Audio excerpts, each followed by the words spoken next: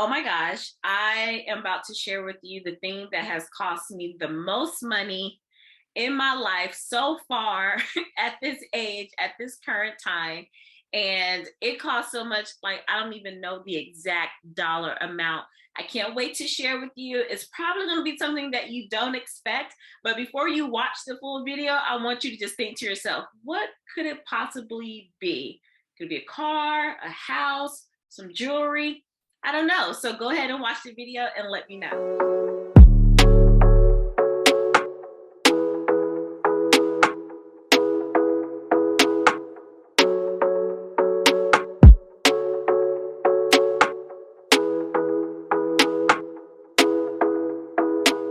Hi everyone, I'm Dr. Vernita White. I go by Dr. V, and I am your brilliant life strategist and consultant. I work with high achievers, high functioning individuals, high performers, sometimes overperformers, overthinkers. I help them to gain more personal satisfaction and fulfillment in all of their areas of their lives, especially the ones that are beyond their positions, titles, and degrees. My people are usually parallelpreneurs, meaning that they have a dream career, but then they also have other dreams and desires they want to feel, and we have to do those things at the same time. At the core of it all, we help them to regain their voice with confidence, realign with their core values with clarity, and embrace reinvention with courage. And I truly believe once we do all of that, we can embrace our brilliance and make sure that this world ends up in a better place than it was before we got here. You are in the Vibe Tribe. You're in the Vibe Tribe, and that stands for helping everyone vibrate higher in their influence, impact, brilliance, and excellence. Whew, that was a lot. All right, so what I want to talk to you about is the thing that cost me the most. And you probably jumped over here because you're like, what in the world is she talking about? I'll give you a hint. It starts with an O. So you can comment down below before we get started, and then I'll wait. If you already commented, be sure to like this video. If something resonates with you, you can wait to the end if you do it, or you can help me out and go ahead and just like it now. And then you can also subscribe if you so choose to. Now, if you watch a lot of my videos, if you watch one or two, you might as well subscribe. It is free. It costs you nothing, but it means so much to me and my growth of this channel, because that is one of my goals this year, is to get serious and grow this channel. Before I get into what cost me the most, and it kind of goes with this with this topic, is I didn't really advertise or express that I was doing a YouTube channel. I was just working on getting over not being on camera and getting over making videos that I didn't even tell anybody. So now I'm telling everybody, I have a YouTube channel, come watch me. All right, so what has cost me the most is, are you ready? Being optional. Being optional. Now, this isn't the example that I prepared for you, but since I talked about this, the thought just came up. I was being optional about my YouTube growth. And I had this on the vision board, I think two years in a row. Like I started, I think, the 2019. And then I was like, okay, on 2020, I put this on my vision board about the number of subscribers I want to reach. And then on 2021, it was also there, but I was being optional about that goal, and it cost me a whole lot. And if you don't know, YouTube is a business. You get to a certain number, you get monetized and things like that. So it cost me a lot of opportunity. I don't regret that, but it's just knowing what optional costs you in the long run. So I learned about this. Now, I didn't know the actual terms or anything, but I learned this from a live coach. Like I've had cyber coaches where I would read their books, watch their videos and things like that. And then I actually invested into a coach. And I remember this coach really breaking down what it meant about being optional and non-negotiable. And options are the things like you would like to do. Like I said before, I would have loved to grow my YouTube channel. I would have loved to get more subscribers. I would have loved to probably do more videos, but it's like, what was I really doing? Was I really putting in the work to do those things? Was I being non-negotiable? And the best way I can explain this to you is I have two scenarios, and they took place at the exact amount of time frame. And as I was preparing this information or this video for you, I was like, wow, it was mind-blowing to me. So I'm going to read some notes. I'm going to give you two scenarios, and I'm going to read like the bullet points that I wrote out, because I want you to truly understand what optional looks like and what non-negotiable looks like. And I'm going to say that there's no judgment. There's no judgment if you choose to be optional about things. If you choose to be non-negotiable about things, just weigh the cost of what it costs to be optional. What has it cost you in terms of money, opportunity, happiness, your body, whatever the case may be. And thank you, neighbors, for wanting to do your lawn right now. But anyway, I'll move a little closer, so hopefully you can hear me over that. So I'm gonna just put it all out there. So one was building my business. And on paper, I started the business, I think in 2016, but I really got serious about investing in my business, really growing, learning about business, working on myself in 2019. So it's important to hear 2019, and this is 2022. So it's been 3 years, 2019, 2020, and 2021. 3-year cycle. So what does being optional in my business looks like? And I'm just being honest. I'm gonna tell you what it was. I wasn't implementing everything I was learning from my coach with intensity. So I would do some things, and this is part of why I like talking to the high achievers, the parallelpreneurs, the high functioning people, because sometimes people don't call us out on our crap, and then it's easy for us to just get back into our comfort zone because we still look like we're performing. So I'm here to call all of us out. So I wasn't doing anything that I learned with intensity. So there's a difference between taking action and then doing it like it matters. You know, not every now and then, not when you feel like it. And that's what I was doing. I would go to the sessions. Oh, this is what I'm supposed to do. All right, I'll get to it. Maybe in 2 weeks or a whole month or something goes by. So I wasn't putting forth the work with intensity. The other thing that I wasn't doing is that I gave up too quickly when it was time when I was rejected or ignored over like some speaking engagements or pitching ideas for consulting contracts. And that's not really in my makeup. Like, I go for what I want, but then it's like, yeah, I did a little bit, but then I would tell myself, oh, it's okay. It wasn't meant for you to have that. And that's not true all the time. And it's like, did you really put in the work? Did you really keep going? Or did you sit down on yourself? And I will admit, there were times where I sat down on myself and it was like, oh, I did all of this and nothing came about. But it was like, did you really go for it? Like, did you keep trying? Did you exhaust all of the options? And that wasn't true. The other thing was, I didn't share what I was doing with other people while I was still a college professor, because I felt like a little bit embarrassed about the whole coaching world and some consulting, because a lot of things I was getting hired to consult on, they were not specifically to my degree. They weren't specifically to mathematics or at that time STEM. A lot of it was like cultural responsiveness, helping people, helping organizations with their core values and understanding bias and things like that. And I was like, well, I don't want to say this because, people know me for this over here, and I don't want to be pigeonholed into that over there. So I really didn't speak up. And that caused me to people not really know that I had that particular skill set. And so when things were happening, I missed out on a lot of money because I was like, oh, well, I'm still over here. And as a college professor, I'm supposed to have this particular niche. And then I was holding on to the fact that I spent all this time in gaining a mathematics degree. And now I'm supposed to do this over here. So it was a lot of things happening, but I was still being optional about sharing my business to people. The other thing was and this goes back to a previous video I did about giving up the seat. I focused on being the best professor I could be.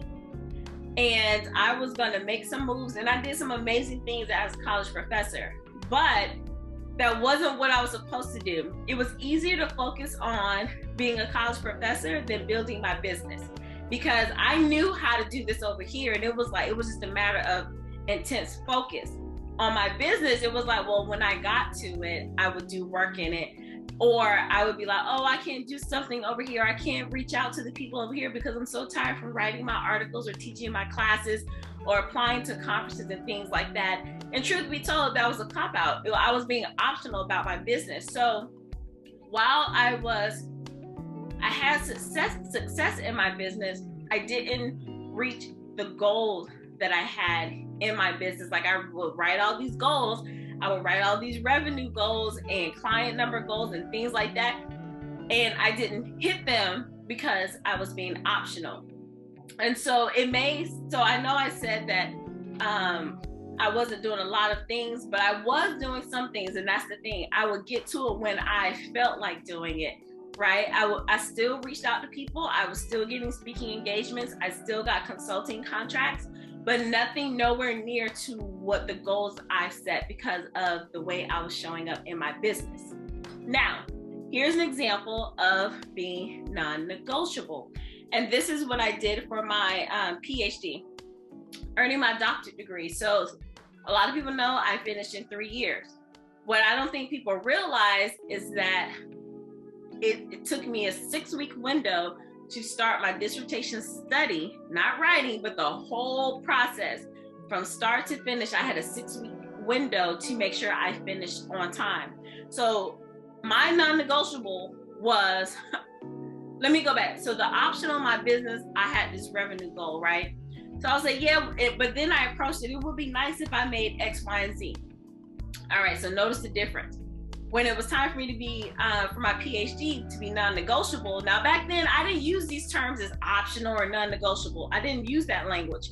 But now that I know this language, it's easy to speak to it. So when I was in school when I was first deciding to get my PhD, before I even applied, I was like, all right, what's the shortest amount of time I'm gonna finish in 3 years? And that seed was planted way back in undergrad. Like, I had a college professor. She was a Black American female in the STEM field. And she said she finished her PhD in 3 years. And I was like, ooh, bet I'm going to do the same thing. So I went in, no matter what, I am finishing in 3 years. So what did this look like? The first thing I did was I quit my career. I didn't quit a job. I quit my career. Things I got multiple degrees in. What I went to school for, I was actually fortunate enough to actually work in all of my degrees in some capacity. So I quit that, became a full-time student. I'm not saying everyone has to, but the people who did not go full-time, it took them longer. So I'm not here to tell you to do that, but I was like, how do I need to do this? So I quit my career. The other thing I did was I was a good saver. So I saved a lot of money, and then I paid off my SUV I had at the time because I didn't want to go in with this paying this bill or paying this debt. So I was like, look, let's go ahead and get this out of the way. And thinking about it, I was like, I don't know if that was the best decision, but that was the best decision. That was, with the information I had at the time, that was the best decision. So I paid off that. And then I was like, I'm not paying for this degree. I'm going to school for free. I don't know how, but I'm gonna go to school for free. So I applied for these fellowships. I had to go through some things to look for like ways to get funding. I got it.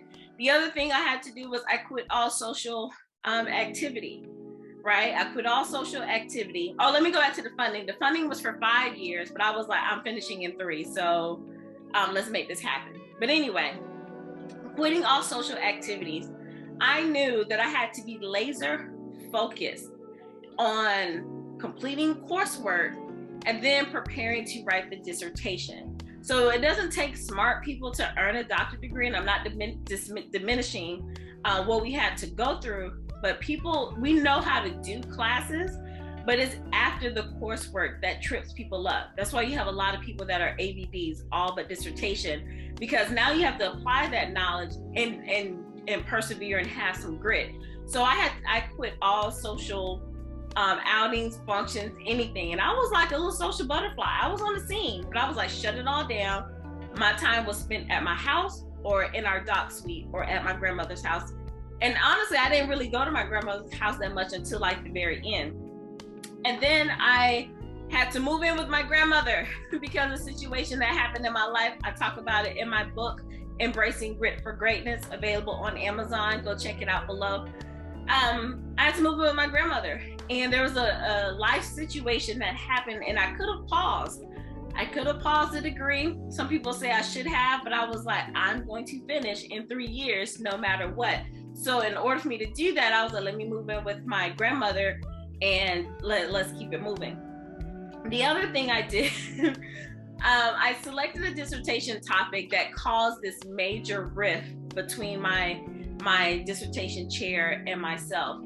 And it was easier to just switch the topic, to go with the flow with what she had or what we were doing at the time as a research grant. But I wanted to do a topic that made more sense to me. My topic was innovative at the time. It was very different. Nobody was doing this topic like I did. And I just felt really called and connected to it. And it's interesting because I'm actually going to put that work out to help some school districts and possibly other universities. So with that being said, it turned into this big thing, and it could have delayed my entire graduation because she went to the head of the people and was like, if she doesn't do X, Y, and Z, she can't graduate. And it turned into a big mess. Could I have rolled over?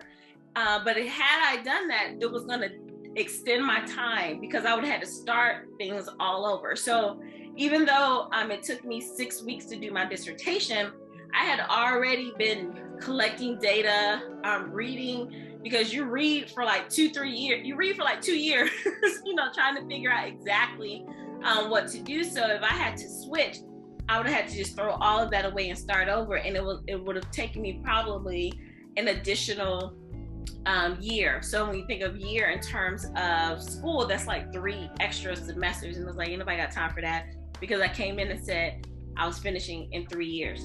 The other thing is I probably slept for like 72 hours over those last 6 weeks because I was going to get it done. My chair at the time, after she threw me away, I still was working. I found other people to help me. So when she got herself together and was like, we came back to each other because I had to have her as my chair. I won't get into that. She was off at like a vacation with her family, and I was still here trying to get my dissertation. And she would read a little bit, give me feedback, and then she would go on, not expecting for me to turn right back around and give her the edits. If I'm not sleeping, you're not enjoying Club Med. So I didn't go to sleep. I'm writing. It was to the point where I caught a mistake where I had to rewrite an entire chapter, not realizing that I had changed the method in which I was about to do my research. But anyway, I was doing all of that, which I probably, given what was happening in my life, I could have paused. But I was like, no, I'm finishing in 3 years. That's what I said I was going to do, so by any means necessary. So that took me 3 years. I entered in 2012.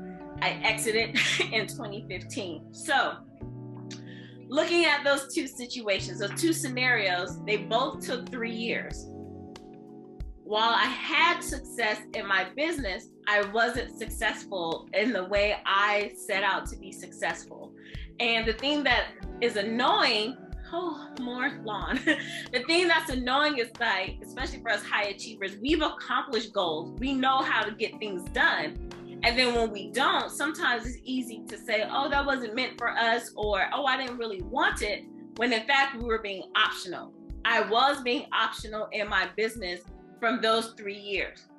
However, you can see the difference where I was non-negotiable in obtaining my doctorate degree in 3 years. So what did it cost me? Did it cost me some sleep being non-negotiable? Did it cost me some friends and some time? Absolutely. But the reward outweighed what I had to deal with. Being optional, now, did I have more flexibility? Did I grow in my career as a college professor? Yes. But my true passion was growing this business, and I did not hit those revenue goals. that cost me way more than the success I had as a professor. I'm not judging anything that I did. You know, everything worked together. I needed everything that happened, but I wanted to show you the example that you can still have success as optional, but you can have your soul fulfillment when you're non-negotiable. So I wanted to have those two stories with you as a transparent moment, and to see that, look at parts of your life. There were times where you have been non-negotiable, and there are times you've been optional. The fact that you can pinpoint where you've been non-negotiable means that you have what you need to have. You have what it takes to be non-negotiable and switch being optional. Here's the other part. It's okay to be optional somewhere. It is okay. So there is no judgment. You don't have to go hard in the paint for every single thing. But those things that have been calling to you, and one indicator is if you've been writing the same goals, or you've had the same vision for multiple years and you haven't made any progress, it's an indication that you've been optional instead of non-negotiable. So I want you to think about this. I'm going to list out some areas, and again, you don't have to be non-negotiable in all of these, but I do want you to pick a few to where you would like to become non-negotiable. You've been optional, you know that you want to make some changes, but you've been non-negotiable. I'm going to list them. You can identify with them or you can select your own, but here's the thing. I don't want you to think like in a whole year. I don't want you to be like, I'm gonna go hard for a year. Just give yourself 90 days. And that's what I've learned from my coach, was bite size. As high achievers, we like to go hard. We have big picture. That is the end goal. But what we don't do is what are the steps I need to take? Because sometimes we think that limits us, like, oh, we're not smart if we got to slow down or look at the details, or if we don't make these giant leaps, we're not doing good enough. That's not true. So just give yourself 90 days to practice.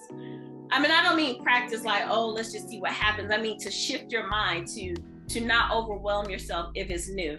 So the areas to think about is your spirituality, if you've been optional or non-negotiable, your health, your physical health, and then the next one, number 3, is your wellness. Sometimes I'll say health and wellness, but then sometimes I like to split it up depending on what it is, because they are two different things. Your finances, your career, business, or both. So for my people who are parallelpreneurs, you're gonna have to make a choice. You can have both, but it's like, which one is gonna be optional and which one is gonna be non-negotiable. Optional, you can still have success and still be optional. There are a lot of people who still have their amazing jobs, their careers, and then they have these successful businesses. The truth is, they've been non-negotiable about what they're doing in their business and optional about what they're going to do at work, and it's still good. That's the beauty with brilliant people. Sometimes our 75% is like 1,000%. The other thing, area, your friendships or romantic relationships, family or parenthood, networking. That's a big one for me, like networking in your professional space, your community. If you want to have those partnerships and things like that, then are you being optional or non-negotiable? Your physical space. And I'm going to add in your social, like your cyberspace as well, like your hard drives and things like that, the organization of that. Your social life, and then community involvement, or you can select another area. So just pick 3. I would say pick 3, decide how you've been optional, and then where you want to be non-negotiable. Set out some things. What does it look like to be non-negotiable? You can go back and hear my examples of things that I did.